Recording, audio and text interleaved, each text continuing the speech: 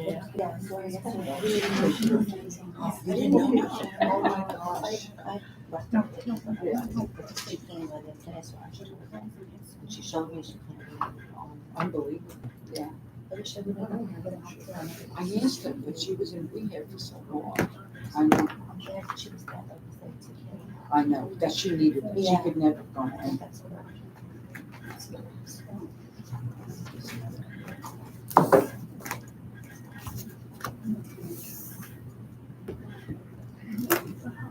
I'm sitting right in the middle of it. Yeah.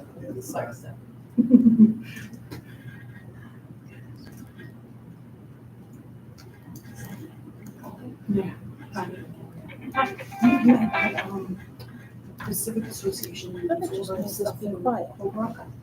Like the Holtsville Fire Department, probably Rick Amalati, which chamber meetings and stuff. Yeah. And sometimes my hair is blonde. But Maria Hattie? Yeah, yeah.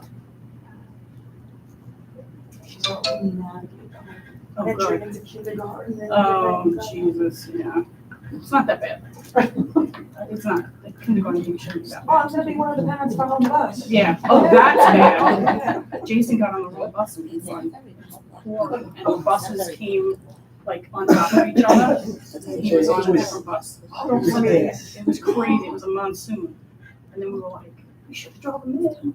Oh, my wife was hysterical crying. Just horrible. My son got on the bus, got in, bye, Yeah, Mom. like, see ya. I was there, like, That's gonna be me, we're in orientation, and like tears are like streaming down, everyone's laughing, all my neighbors are laughing at me. Aw, Hey, I went to breakfast afterwards. It goes fast. I didn't see we did. Yes, I do, you celebrate that. It goes fast. I'm going to go ahead and start the public hearing. So I'm just going to read, my name is Lisa Mulligan. I'm the CEO of the IDA, sort of be on camera, sort of not. We'll shift it around as people are speaking. I'm going to read the public hearing notice into the record. Notice is hereby given that a public hearing pursuant to Article 18A of the New York State General Municipal Law will be held by the Town of Brookhaven Industrial Development Agency, the agency, on the 16th day of July 2024 at 10 a.m. local time at Town of Brookhaven Industrial Development Agency's second floor, 1 Independence Hill, Farmingville, New York, 11738, in connection with the following matters. Holtsville Energy Storage LLC, a Delaware limited liability company, on behalf of itself and/or the principals of Holtsville Energy Storage LLC, and/or an entity formed or to be formed on behalf of any of the foregoing, collectively the company, has applied to the agency to enter into a transaction in which the agency will assist in the acquisition of a leasehold interest in portions of 3 parcels of land totaling approximately 6.06 acres and located at 5276 Expressway Drive South and 178 Morris Avenue, New York, more particularly described as Suffolk County Tax Map numbers 0200-729-2-1, 0200-729-2-2 and 0200-729-2-3, collectively the land. The demolition of 2 existing buildings totaling approximately 8,000 square feet located on the land and the construction and installation of a 110 megawatt battery energy storage system on the land, collectively the improvements, and the acquisition and installation of modular battery containers and other equipment for the operation of the project, including but not limited to bidirectional inverter and transformer skids on an on-site project substation and interconnection switchgear, the equipment, and together with the land and the improvements, the facility, which facility will be subleased by the agency to the company and used by the company as a battery energy storage system capable of charging from and discharging into the Long Island Power Authority LIPA power grid, collectively the project. The facility will be initially leased, owned, operated, and or managed by the company. The company is a wholly owned subsidiary of Savion LLC, a developer of solar and energy storage projects throughout the U.S., which is owned by Shell New Energies U.S. LLC, and which in turn is owned by Shell USA, Inc. Savion, okay, Joss, sorry, I just don't want anyone to trip on that. Savion LLC has entered into an agreement to sell the membership interest of the company to East Point Energy LLC, which is a wholly owned direct subsidiary of Equinor Wind US LLC, which is a wholly owned direct subsidiary of Equinor ASA. I'm gonna ask for some more chairs. I'm good. You okay? Yeah. The agency will acquire a subleasehold interest in the land, a leasehold interest in the improvements, and title to or a leasehold interest in the equipment, and will sublease and lease the facility to the company. The agency contemplates that it will provide financial assistance to the company in the form of exemptions from mortgage reporting taxes in connection with the financing and/or any subsequent refinancing of the facility, exemptions from sales and use taxes, and abatement of real property taxes consistent with the policies of the agency. A representative of the agency will, at the above stated time and place, hear and accept written comments from all persons with views in favor of or opposed to either the proposed financial assistance to the company or the location or nature of the facility. Prior to the hearing, all persons will have the opportunity to review on the agency's website, which is brookhavenida.org, the application for financial assistance filed by the company with the agency, and an analysis of the costs and benefits of the proposed facility. This was dated July 5th, 2024, Town of Brookhaven Industrial Development Agency by Lisa Mulligan, Title Chief Executive Officer. In advance of this public hearing, I have already received, this is partially for the record, comments from, I just jotted down the last names, Zetterbaum, Wiltsey, Poalo, Panos, Kennedy, Carignan, Lunati, and I received a few petitions. I suspect some of them are redundant, but I have all of them. The information that I have received to date has already been shared with my board of directors. Everything that's shared today will go to them subsequent to the public hearing. Having said all of that, if anybody would like to speak, I handed out cards. Usually I try to take people in the order that they came in, but I apologize. I just know that you were here first and you were here second. So if you guys want to go first, other than that. I'll let you go first. You represent the district. Okay, great. So, and if you do want to speak, just slide me up your cards. You're going to speak also? Okay. And I'm going to set up, okay, now we're out of order, so sorry. Okay. You sure you don't want to change? You sure? Okay, just be careful with this wire. You didn't have to do that. Thank you. I'm going to set a timer on this. I'll try to prop it up, and everybody will have 3 minutes to speak.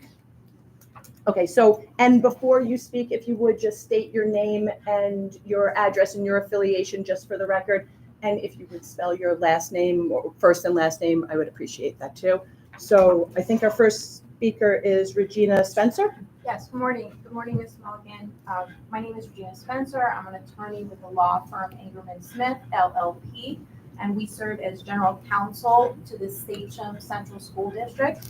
And we are here to share. We note that your public notice invites comment, views on the location or nature of the facility under consideration. So we just wish to share that earlier this year, we did file legal action on behalf of the Board of Education to prevent the construction of the project at the proposed location. This action is still pending, and the school board objects to the proposed siting for this project due to fire safety concerns, which are still under investigation by the state of New York, and based on the project's proximity to Sachem's various schools. The school board is opposing any applications that will facilitate the construction of this project. And our board president is present as well, and he wishes to also comment. Yeah. Well, hold on, let me give you the full 3 minutes. Thank you for your comments.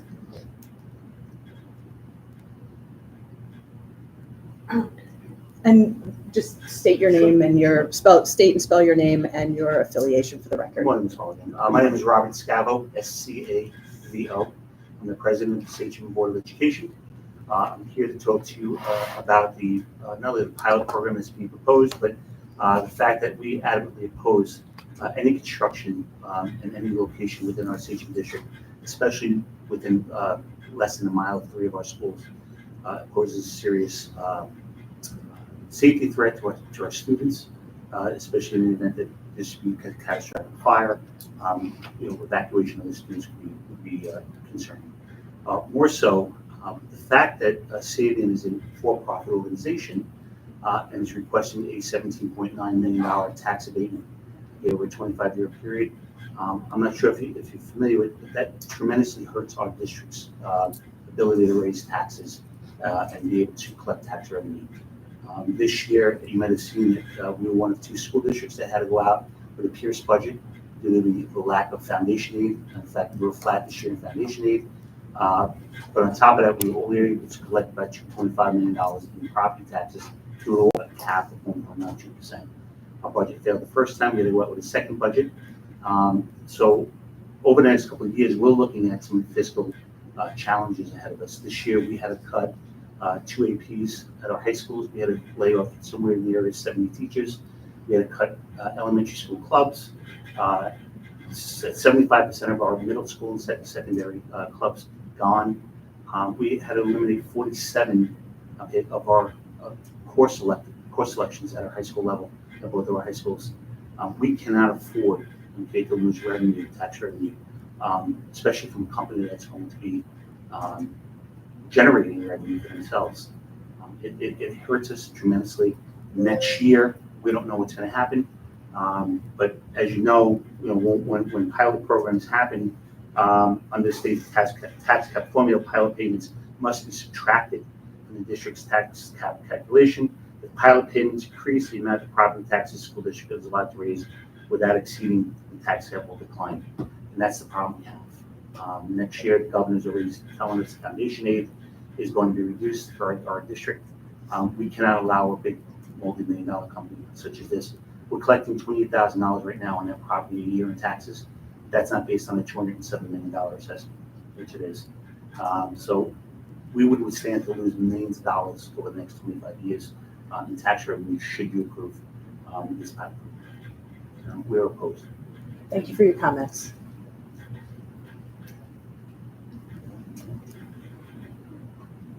Okay, the next speaker is Gabrielle Corso. Hi, Gabrielle Corso.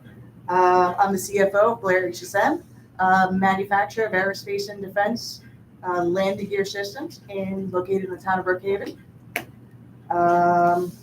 We oppose any proposed funding for this facility for a number of reasons.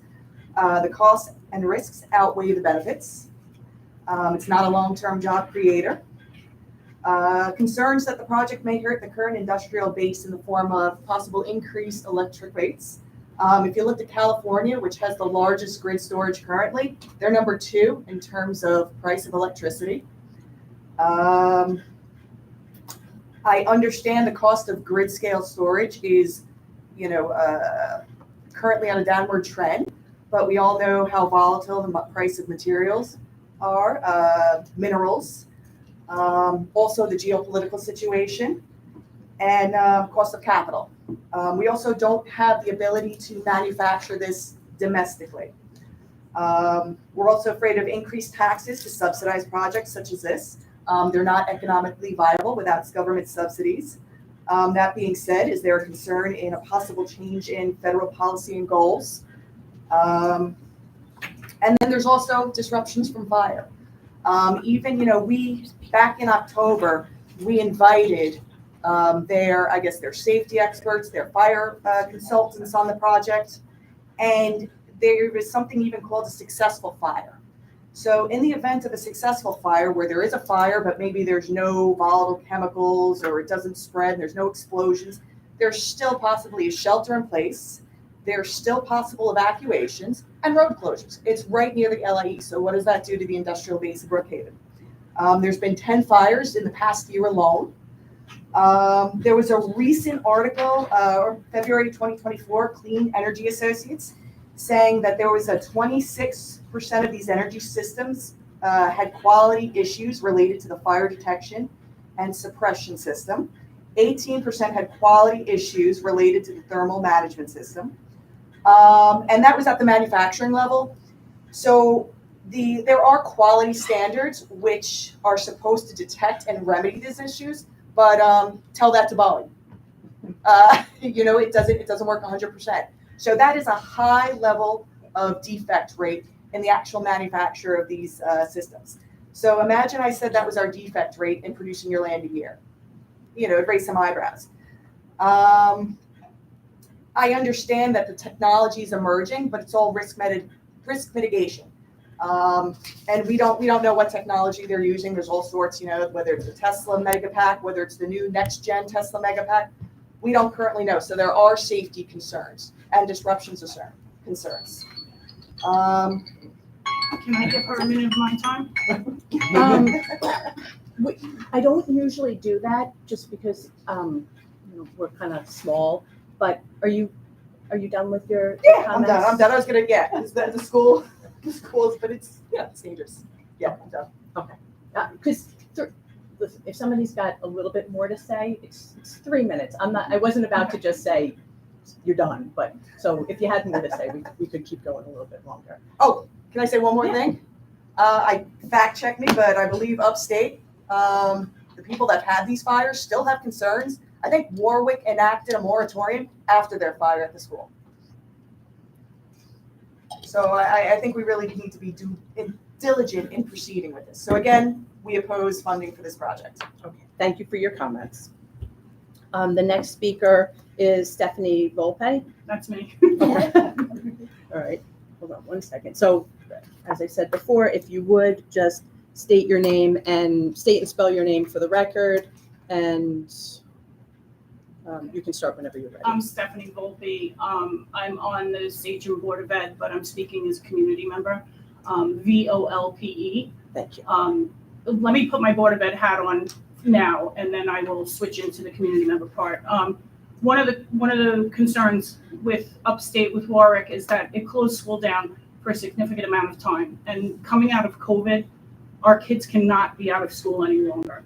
It was a huge stressor on the community there to have their schools shut down. I believe it was 15 days, but that has to be fact checked, but it could have been actually longer.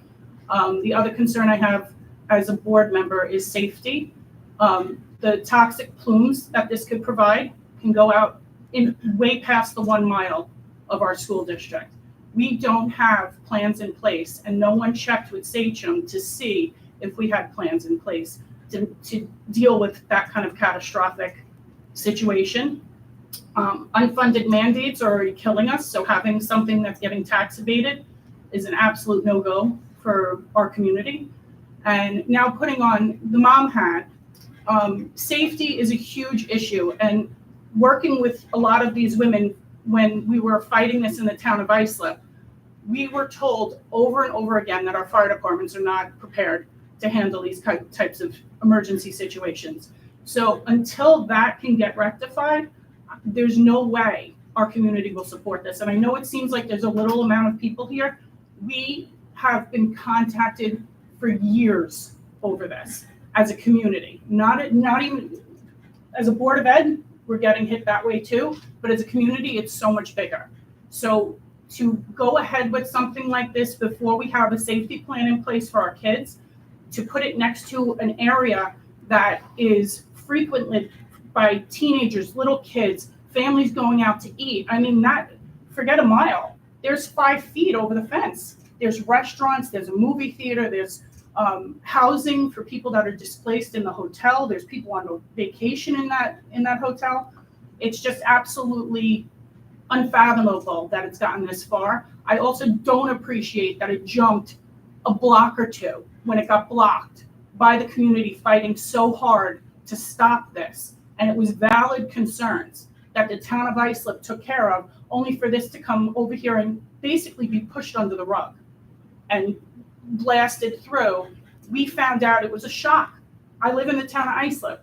This is literally within what, 3/4 of a mile of the old location that was proposed. Town of Islip blocked it. I don't understand how this happened. So those are my main concerns. I'm sure there's a bunch more that I can't fit in 3 minutes, but my 30 seconds left, I would give back to Gabrielle. Thank you for your comments.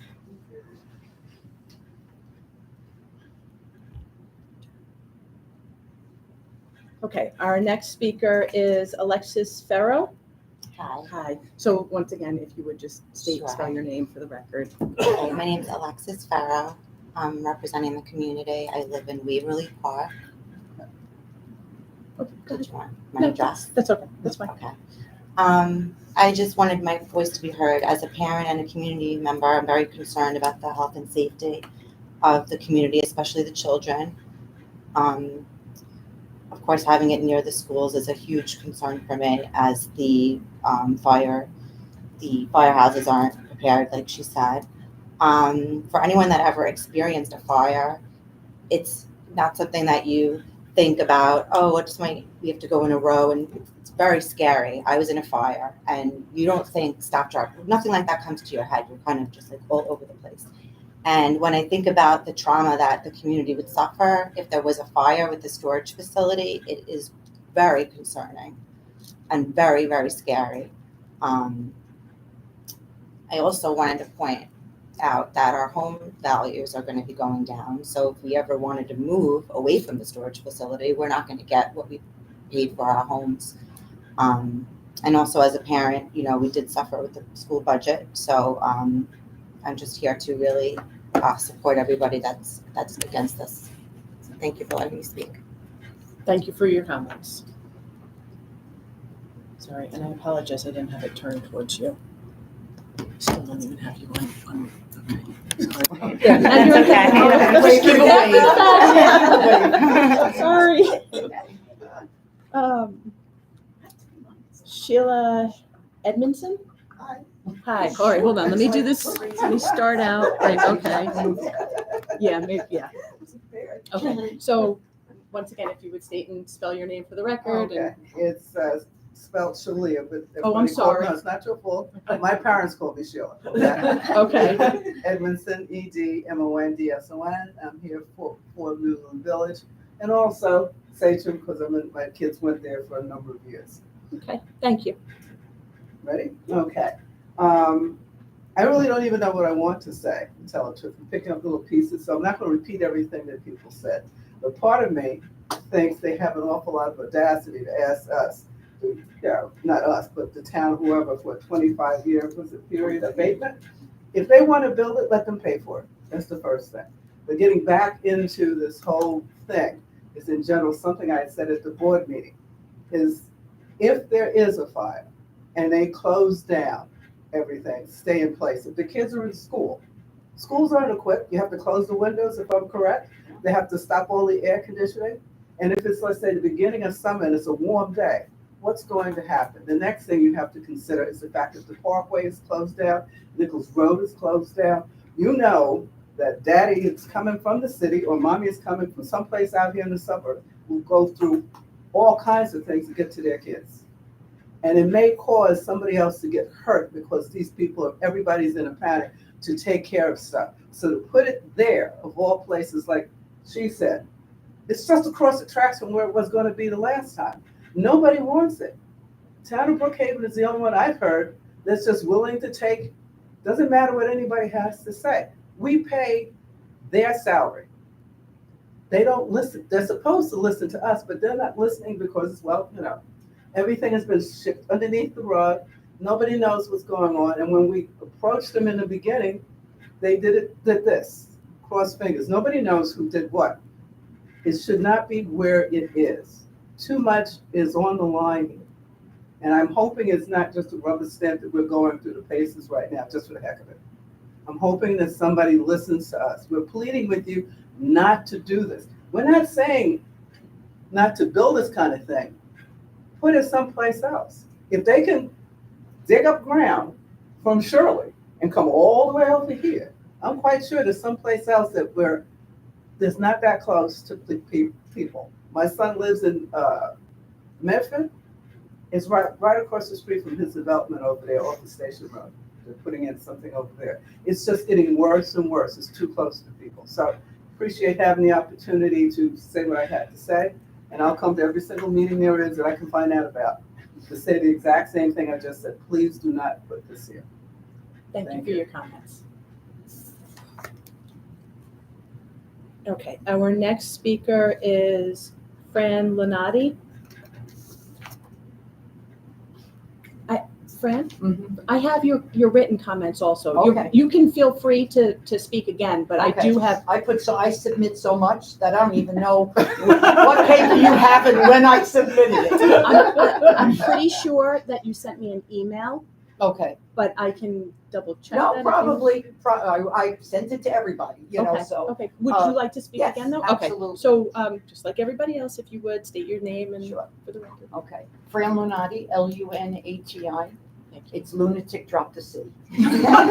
So many people say I'm a lunatic for doing all this, but I will fight to the end for this. We've always gone under the safety aspect. Now, let's talk another way. I just got an email this morning from a gentleman that we keep in contact with in Oregon. They're going through the same thing. It's going across the country. Evidently, Texas has the biggest grid, okay? Texas just went through this major storm. If they have the biggest grid, they should have been able to supply their homes down there with backup power. There are people dying daily from the heat exhaustion that's in Texas because they can't supply the power because the lines are down. What is this really doing for us except making money in certain people's pockets? That's exactly what it's doing, okay? We have sent thousands of signatures and petitions to Governor Hochul. We never received a response. That's ridiculous, okay? We pay our taxes. The least you could do is give us a response that she even acknowledges that we sent it. We've been to all the town meetings. We've been laughed at. We've been told you're barking up the wrong tree. We will fight to the end on this. We've been to the school board. Thank you, thank you, thank you. We are the only school board in New York State that has put in for a lawsuit. I mean, I don't know when people will wake up. But the safety on this, we attended a lithium battery meeting at Sayville Library last week. We spoke to the fire commissioner of Suffolk County, and he told us, if you think you could evacuate, you're mistaken. He said, my firemen are not trained. If they tell you they are trained, they are not. They are now starting training in the academy. That's not going to help us now. Okay? The toxic fumes, you would be on total lockdown. You wouldn't have time to evacuate. To me, the safety concern and now the financial is just outlandish, and we're totally against it. Thank you. The last card that I have is Frank Corso. If Good you- morning, Good morning. If you would state and spell your name for the record. Frank Corso, Corso. You're good. Thank you. Go ahead, sir. Okay, again, opposed to this project. Basically, I don't have a lot of information, but my main concern is the proximity and concern for the students of Sachem, as well as my grandchildren going to school. Again, our fire departments aren't equipped to handle this.